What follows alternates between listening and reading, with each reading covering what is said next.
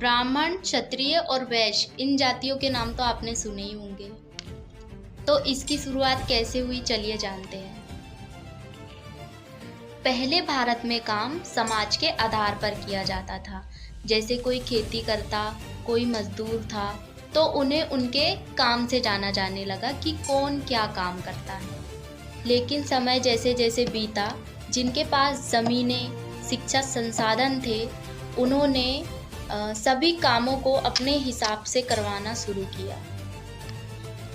जो पहले से ही शिक्षा संपत्ति में मजबूत रहे हैं, उन्होंने अपना पद और लाभ बनाए रखने के लिए वर्ण व्यवस्था को धर्म ग्रंथों से जोड़ने लगे। हिंदू धर्म की सबसे पुरानी वेद ऋग्वेद, जिसमें वर्ण व्यवस्था का जिक्र है, लेकिन ऋग्वेद में कहीं भी जाति व्यवस्था का उल्लेख नहीं मिलता है जो किसी को ऊंची या नीची जाति बताती हो।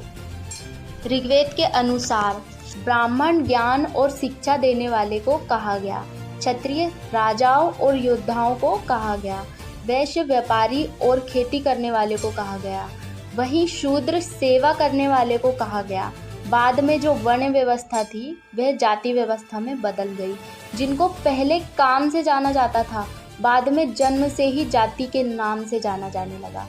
जो पैसा और पावर वाले थे वह गरीबों को नीच कहने लगे, जिसके बाद हुआ छुआछूत और जातिवाद बढ़ गया और बाद में उन्हें धर्म ग्रंथों में भी जोड़ा जाने लगा, ताकि जो पहले से ही अमीर और प्रभावशाली थे वो अपनी संपत्ति और पद बनाए रख सके। इसके बाद ऋग्वेद में वर्ण व्यवस्था का मतलब धर्म के आधार पर लिखित था, जिसे बाद में लोगों ने अपने फायदे के अनुसार बदलकर जन्म के आधार पर कर दिया था।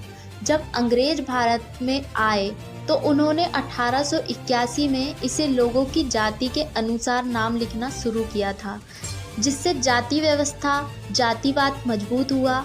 यहाँ से जाति कानूनी और सरकारी रूप से मतलब सरकारी रिकॉर्ड में दर्ज होने लगी थी और ये अभी तक चल रही है। आपको क्या लगता है, जाति व्यवस्था अपने फायदे के लिए बनाई गई है या समाज के फायदे के लिए? एक बार बताना ज़रूर।